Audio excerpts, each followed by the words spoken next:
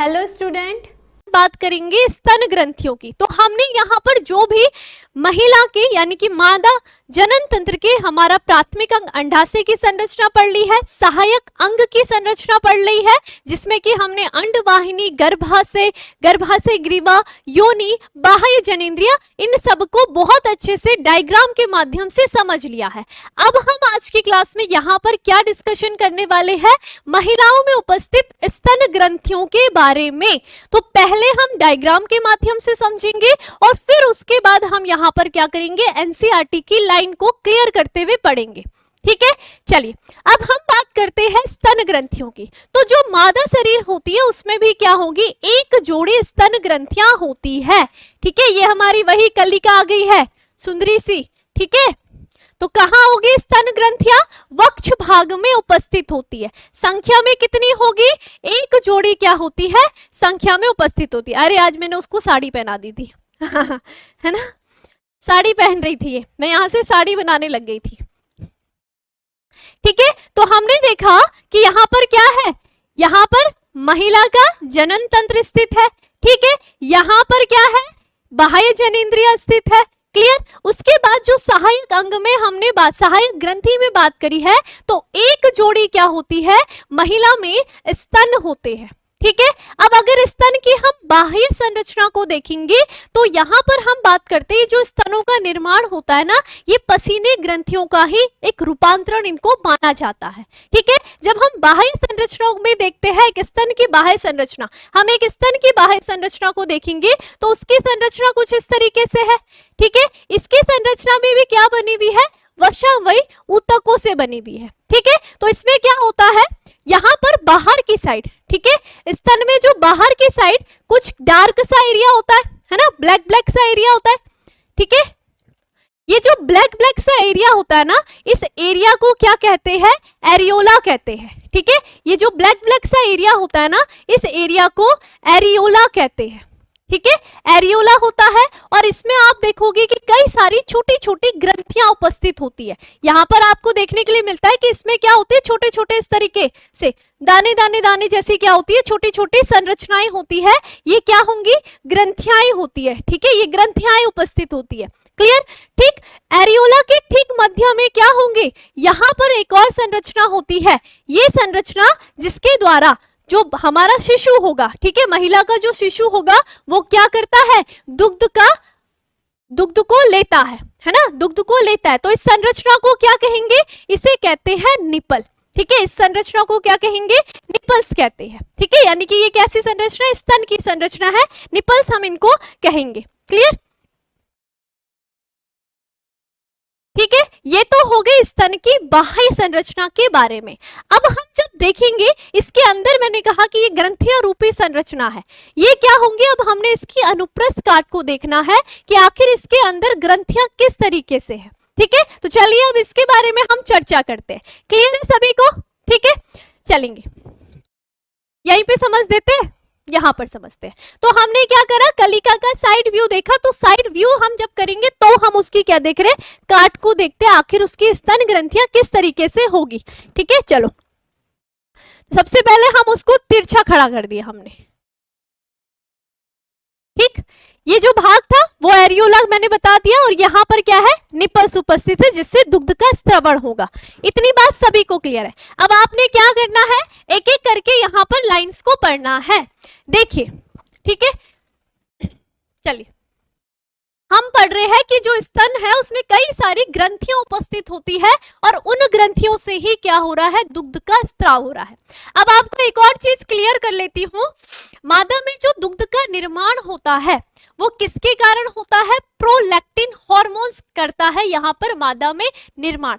लेकिन जब शिशु प्रसव की क्रिया हो जाती है ना, प्रसव की क्रिया होती है, तो वो जो दुग्ध ग्रंथियों से दुग्ध निकलता है ना, दुग्ध ग्रंथियों से जो दुग्ध निकलता है वो किस हार्मोन्स की प्रेरणा से निकलता है, ये नाम याद रखना है, ऑक्सीटोसिन हार्मोन्स के कारण ही यहाँ पर वो जो दुग्ध बना होता है प्रोलैक्टिन के द्वारा, वो दुग्ध निकलने का काम ऑक्सीटोसिन हार्मोन्स की प्रेरणा से होता है। ठीक है, उसका आपको क्रिया भी पता चलेगी जब हम प्रसव की क्रिया को पढ़ेंगे। तो प्रसव क्रिया में पता चल जाएगा आपको किस तरीके से जो बच्चा होता है वो खुद ही क्या करेगा, अपनी महिला से मांगेगा दूध कि माँ दूध दे दो, है ना, और वो ऑक्सीटोसिन हार्मोन्स को पिट्यूटरी ग्लैंड से रिलीज कर पाएगा।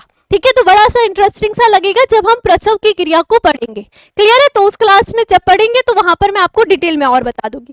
तो अभी आपको याद रखना है कि ऑक्सीटोसिन हार्मोन से क्या हो रहा है, यहाँ पर स्राव होता है, लेकिन बनता किसके जरिए है, प्रोलैक्टिन्स के। ठीक है, प्रोलैक्टिन के द्वारा क्या हो रहा है, दुग्ध का निर्माण होता है। क्लियर, ये डिफरेंस याद रखना है। चलिए स्टार्ट करते हैं। सबसे पहले हम देखते हैं जो यहाँ पर फीमेल होती है उसके जो स्तन होते हैं उनमें क्या होते हैं, ग्रंथिल ऊतक भरे हुए होते हैं। यानी कि यहाँ पर क्या होंगी, ग्रंथिल ऊतक, वसामय ऊतक और ग्रंथिल ऊतक की यहाँ पर बड़ी बड़ी क्या होंगी, कोशिकाएं उपस्थित है। ठीक है, ये पूरी संरचनाएं क्या है, ग्रंथिल ऊतकों की, यानी कि एडिपोस टिश्यू की क्या होंगी, ये पूरी संरचना होती है। अब देखो अगर वसा उपस्थित है ना, वसा है तो इसका मतलब इनका जैसे ही वो किशोर अवस्था में आ रही है तो इसका मतलब एंड्रोजन हार्मोन्स का स्राव हो रहा है, और एंड्रोजन हार्मोन्स की सहायता से इन एडिपोस ऊतकों का निर्माण ज्यादा मात्रा में होने लगता है, जिससे कि महिलाओं के स्तन का आकार बढ़ जाता है। ठीक है, तो ये बात ध्यान रखना है किसकी प्रेरणा से हुआ है, ये जो ग्रंथिल ऊतक है। ठीक है, यहाँ पर ग्रंथिल ऊतक प्रेजेंट होते हैं और साथ ही साथ यहाँ पर क्या होंगे, बहुत सारे वसामय ऊतक प्रेजेंट होते हैं। इन ग्रंथिल ऊतक का निर्माण किसके कारण हो रहा है, महिलाओं में आप पढ़ोगे एस्ट्रोजन हार्मोन्स का स्रावण होता है, तो इन एस्ट्रोजन हार्मोन्स की सहायता से इनका निर्माण होता है। क्लियर हो गया, ठीक है। अब यहां तक हमने देख लिया है। अब हम देखते हैं जब हम स्तन की संरचनाओं को देखेंगे तो इसमें क्या होती है, कुछ पालियाएं उपस्थित होती है। ठीक है, ये कुछ ज्यादा बड़े हो गए हैं संरचना, थोड़ा सा छोटा बनाती हूँ क्योंकि नाम फिट नहीं आएंगे, है ना। नाम पूरे आपको एक ही डायग्राम में मिल जाए तो वो तो बढ़िया हो जाएगा आपके लिए, तो थोड़ी सी छोटी संरचना बनाते हैं। ठीक है, चलो ठीक है, इतना ठीक है ना। मैंने कहा ये जो संरचना है ये किसकी है, एडिपोस टिश्यू की, है ना। क्या है, ग्रंथिल ऊतक, और यहाँ पर क्या है, बहुत सारे वसामय ऊतक भी उपस्थित है, जिसके कारण यहाँ पर क्या है, महिलाओं का जो स्तन का आकार है वो बढ़ा हुआ है। ठीक है, ये क्या है, ग्रंथिल ऊतक। ठीक है, लिख दो, ग्रंथिल ऊतक प्लस क्या है, वसामय ऊतक, ये सब की उपस्थिति के कारण हो रहा है। इतनी बात क्लियर है।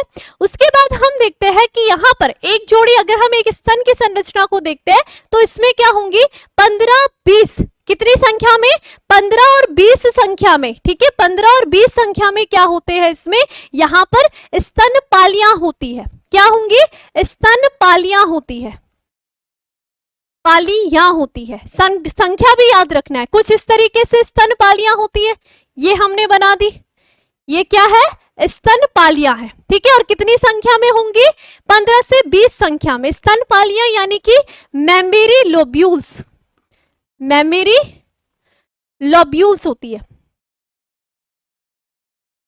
ठीक है, मेम्बेरी लोब्यूल्स हम इनको कहते हैं।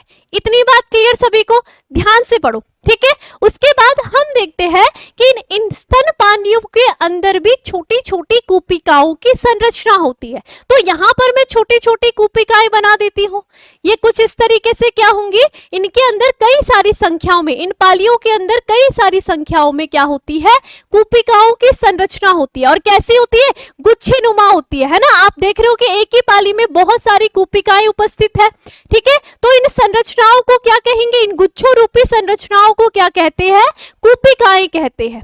ठीक है, तो इन संरचनाओं को क्या कहेंगे, कूपिकाएं कहते हैं, कूपिकाएं कहेंगे, यानी कि एल्व्यूलाई कहते हैं, एल्व्यूलाई कहते हैं। ठीक है, इन एल्व्यूलाई के अंदर ही क्या होती है, गुहाएं होती है, यानी कि ये आपको गोल दिख रही है लेकिन उनके अंदर क्या होगा, रिक्त स्थान होता है। और इन कूपिकाओं के अंदर ही यहाँ पर क्या होगा, दुग्ध का निर्माण होता है, यानी कि इनके अंदर क्या होगा, इनके अंदर जो दुग्ध होता है, ये व्हाइट कलर का मैंने बना रखा है, तो यहाँ पर दुग्ध क्या हो रहा है, एकत्रित हो रहा है। इन गुहाओं में, कूपिकाओं की गुहाओं में दुग्ध क्या हो रहा है, एकत्रित हो रहा है। इतनी बात सभी को क्लियर है, सभी को क्लियर। समझ में आया? अब देखिए इन कूपिकाओं से भी एक नलिका रूपी संरचना निकलती है, यानी कि उन संरचनाओं को क्या कहेंगे? स्तन नलिका कहते हैं। ठीक है, तो देखिए यहाँ पर हर कूपिकाओं से हम यहाँ पर दिखाते हैं, इसको कौन से कलर से?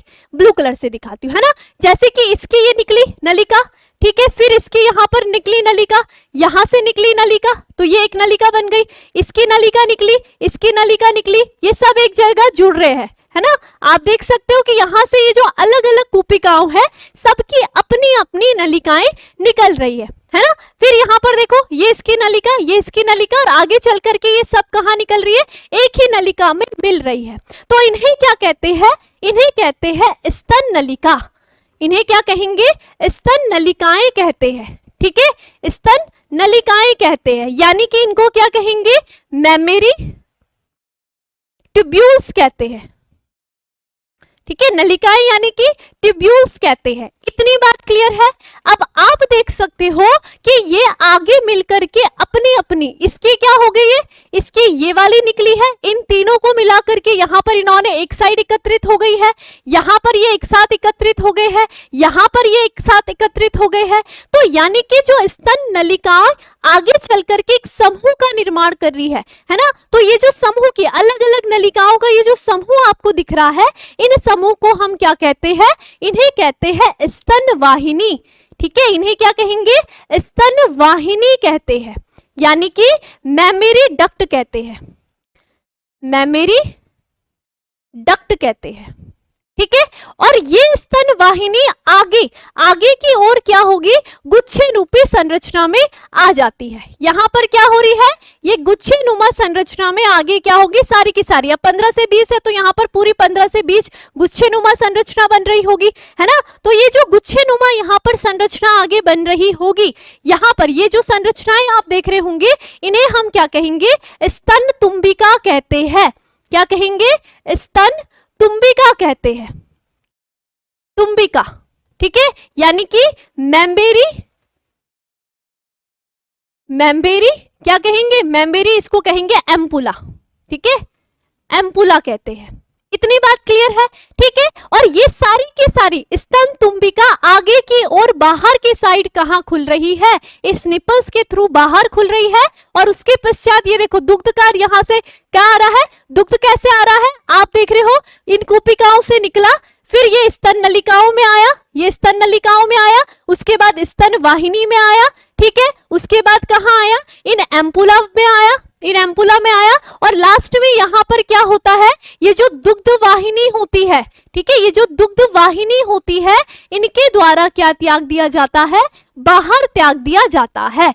इतनी बात कितने बच्चों को क्लियर हो गई है? फटाक से कमेंट में बताइए, बताओ क्लियर हुआ? कुछ आपको समझ में आया?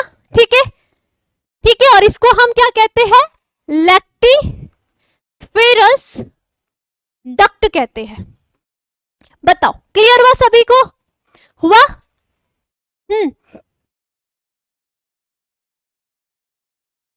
क्लियर है सभी को? किसी को कोई दिक्कत है ना? एक एक पॉइंट अगर आप देखोगे, इसके बाद जब आप एनसीईआरटी रीड करोगे तो आपको ये सब के सब जो आप संरचनाओं को देख रहे हो वो बहुत अच्छे से क्लियर हो जाएगी। सबसे पहले मैंने क्या कहा? जो स्तन होते हैं, जैसे ही जो हमारी महिला होगी या जो लड़कियां होंगी वो क्या हो रही है? किशोर अवस्था में आती है, तो उनके अंदर एंड्रोजन हार्मोन्स का स्राव बढ़ने लग जाता है। ये जो एंड्रोजन हार्मोन्स होंगे ये यहाँ स्तनों में ये ग्रंथिल ऊतक का निर्माण करते हैं। यहाँ पर बहुत सारे वसा में ऊतक का निर्माण होता है जिससे स्तनों का साइज बढ़ रहा है। ठीक है, किस हार्मोन्स की प्रेरणा से? एस्ट्रोजन हार्मोन्स की प्रेरणा से। अब अगर हम स्तन ग्रंथियों की संरचनाओं को देखते हैं तो हम देखते हैं कि स्तन ग्रंथि, एक स्तन को देखा हमने कि इसमें क्या होंगी? 15 से 20 पालियां उपस्थित होती है, जिन्हें क्या कहते हैं? स्तन पालियां कहते हैं। ठीक है, इन स्तन पालियों के अंदर क्या होंगी? गहरी गहरी कूपिकाएं उपस्थित होती है, तो इन्हें हमने क्या कहा? कूपिकाएं कहा, है ना। और इन कूपिकाओं की गुहा में ही जो मिल्क होता है वो एकत्रित रहता है। ठीक है, अब अलग अलग यहाँ पर अलग अलग कूपिकाएं हैं, तो अलग अलग कूपिकाओं से दुग्ध निकालने के लिए नलिकाएं भी तो अलग अलग होंगी। तो क्या कहा, नलिकाओं की बात करी, तो वो जो अलग अलग निकाल रही है ना कूपिकाओं से जो दुग्ध को निकाल रही है, उन्हें हमने कहा स्तन नलिका। ठीक है, और ये स्तन नलिका आगे चल करके यहाँ पर एक साथ मिलेगी। ये यहाँ 3 की 1 मिली, इस 4-5 की 1 मिली, इनकी 1 मिली, तो ये जो संरचना है फिर ये क्या कहलाएगी, स्तन वाहिनी कहलाएगी, है ना। फिर ये जो स्तन वाहिनी है ये आपस में क्या हो जाएगी, एक बन जाएगी, है ना। तो दुग्ध क्या होगा, यहाँ पर आ गया सारा। तो यहाँ पर जो एकत्रित हुआ है ये सारी स्तन वाहिनी, इसके समूह जो एकत्रित हुए हैं इसे हम कहते हैं स्तन तुम्बिका। ठीक है, और उसके बाद स्तन तुम्बिका से बाहर के साइड जो दुग्ध निकालने का काम करेगी उसका नाम ही क्या है, दुग्ध निकालने का काम कर रही है, तो इसलिए हमने उसको क्या कहा है, दुग्ध वाहिनी कहा है। क्लियर हुआ है आपके दिमाग में? Very good, very good. Birju ji कह रहे हैं मैम आपका सिलेबस एनसीईआरटी से मैच नहीं कर रहा है, तो तुमने गलत एनसीईआरटी उठा दी है।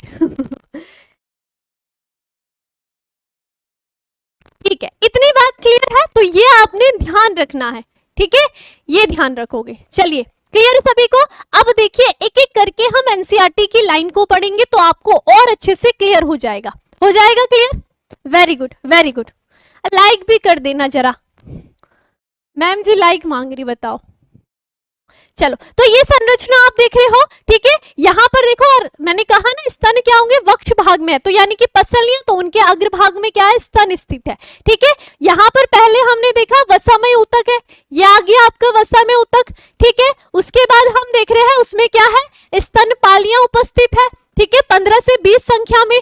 स्तन पालिकाओं के अंदर क्या है, स्तन कूपिकाएं है ना। उन स्तन कूपिकाओं में क्या है, स्तन नलिकाएं निकल रही है दुग्ध को बाहर निकालने के लिए। वो स्तन नलिकाएं आगे चल करके, यहाँ पर एक पॉइंट नहीं दिया है, स्तन वाहिनी, तो स्तन वाहिनी आएगी। ठीक है, स्तन वाहिनी आएगी, उसके बाद दुग्ध कहाँ जाएगा, इस तुम्बिका भाग में जाएगा, और फिर दुग्ध वाहिनी से बाहर त्याग दिया जाता है। और यहाँ पर निपल्स को चुचुक कहते हैं ना, चुचुक कहते हैं या स्तनाग्र कहते हैं। तो निपल्स के थ्रू क्या हो रहा है, बाहर आ रहा है। और जो यहाँ पर ये जो बाहर का एरिया है, इस बाहर के एरिया को जो डार्क कलर का होता है इसी को हमने एरियोला भी कहा था। क्लियर सभी को? Very good. सभी को क्लियर है? सब बना सकते हो, एक बार आपने डायग्राम बनाना भी है। नीट में आपको क्या पूछा जाता है ये ध्यान रखना है, आपको सीक्वेंस पूछा जाता है। आपको यहाँ पर क्वेश्चन दे दिया जाएगा, स्तन ग्रंथियों का सीक्वेंस बताइए कौन सा सही है, तो आपको अलग अलग दिया जाएगा। बस आपके दिमाग में ये रहना चाहिए कि आखिर दुग्ध कहाँ से कहाँ जा रहा है, कुछ नहीं है। आंखें बंद करो और एक बार रिवीजन करो। सबसे पहले मैंने क्या कहा, एस्ट्रोजन हार्मोन्स के स्रवण से वसामय ऊतकों का निर्माण हुआ। इन वसामय ऊतक के अंदर हम स्तन की संरचना को देख रहे हो, तो 1520 संख्या में यहाँ पर क्या प्रेजेंट है, स्तन पालियां प्रेजेंट है। स्तन पालियों के अंदर स्तन कूपिकाएं स्थित है ना। ये कूपिकाओं में जो दुग्ध एकत्रित हुआ है इनको बाहर ले जाने का काम स्तन नलिकाएं करती है। स्तन नलिकाओं से फिर दुग्ध कहाँ जा रहा है, स्तन वाहिनियों में जा रहा है, फिर स्तन वाहिनी से स्तन तुम्बिका में जा रहा है, और दुग्ध वाहिनी के द्वारा बाहर त्याग दिया जा रहा है। क्लियर? ठीक है, अब ये खुद से बाहर नहीं आता है दुग्ध, इसके लिए बच्चा क्या करेगा, मांग करेगा। ठीक है, तो यहाँ पर निपल्स को जब बच्चा अपने दांतों, अपने मुंह के साइड से दबाता है, तो महिला जो मादा होती है, माता होती है, उसके पिट्यूटरी ग्लैंड में, मस्तिष्क तक उसकी सूचना जाती है कि अब ऑक्सीटोसिन हार्मोन्स को रिलीज कर लिया जाए। जो प्रोलैक्टिन से यहाँ पर जो दुग्ध निर्माण हुआ है वो ऑक्सीटोसिन हार्मोन्स की सहायता से ही इन नलिकाओं से होते, इन वाहिकाओं से होते हुए बाहर आएगा। क्लियर? समझ गए सबके सब? Very good. चलिए अब एनसीईआरटी रीड करेंगे एक बार, तो फिर और क्लियर हो जाएगा। चलेंगे, सबसे पहले हमने देखा कार्यशील स्तन ग्रंथि सभी मादा स्तनधारियों का अभिलक्षण है। क्लियर है? ठीक है, सहायक ग्रंथियों में ही आता है। स्तन ग्रंथियां युग्म संरचना है ना। युग्म बहुत सारी ग्रंथियों से मिलकर के ये पूरी संरचना बनी है, जिनमें ग्रंथिल ऊतक, क्लियर हो गया है, ग्रंथिल ऊतक और विभिन्न मात्रा में वसा होते हैं। ये बात क्लियर हो गई है। ठीक है, प्रत्येक स्तन का ग्रंथिल ऊतक, जो ग्रंथिल ऊतक होता है उसमें 15 से 20 स्तन पालियां यानी कि मेमोरी लोब्यूल्स होता है।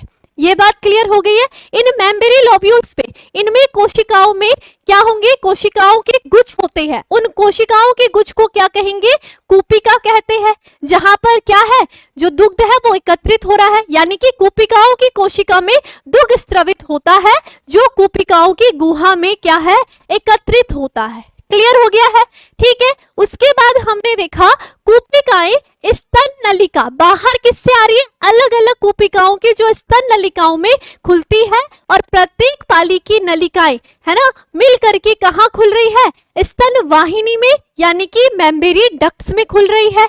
ये बात क्लियर हो गई है। कई स्तन वाहिनी मिलकर के एक वृहद स्तन तुम्बिका बनाती है ना। फिर कहां गया, स्तन तुम्बिका में गया, बनाती है, जो कि दुग्ध वाहिनी यानी कि लैक्टिफेरस डक्ट में आ रहा है। ठीक है, वो कितनी है, जोड़ी होगी, ठीक है, जिससे कि दुग्ध क्या है, स्तन से बाहर निकलता है। क्लियर हुआ, हो गया। बहुत इजी था, बहुत इजी। आपके दिमाग में आपको ये बता देती हूँ कि एनसीईआरटी में अगर ये क्वेश्चन नीट में उठेगा तो सीक्वेंस वाइज उठता है, तो सीक्वेंस जिस बच्चे को याद है वो अच्छे से इसको कर सकता है। और सीक्वेंस भी कब याद होगा, जब आप डायग्राम की सहायता से बनाओगे और उसको रिवाइज करोगे। जितना रिवाइज करोगे उतना क्या करोगे, अच्छे से आप इसको लिख पाओगे।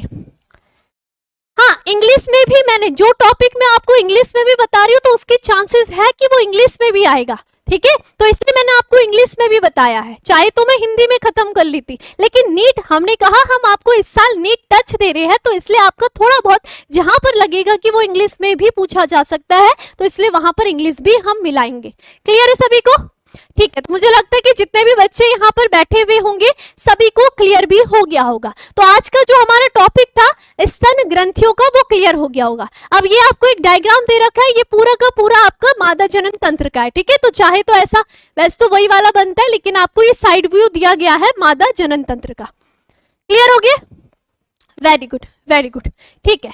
तो चलिए फिर आज के लिए इतना ही, मिलते हैं नेक्स्ट क्लास में नेक्स्ट टॉपिक के साथ। तब तक अपना ध्यान रखिए, बाय।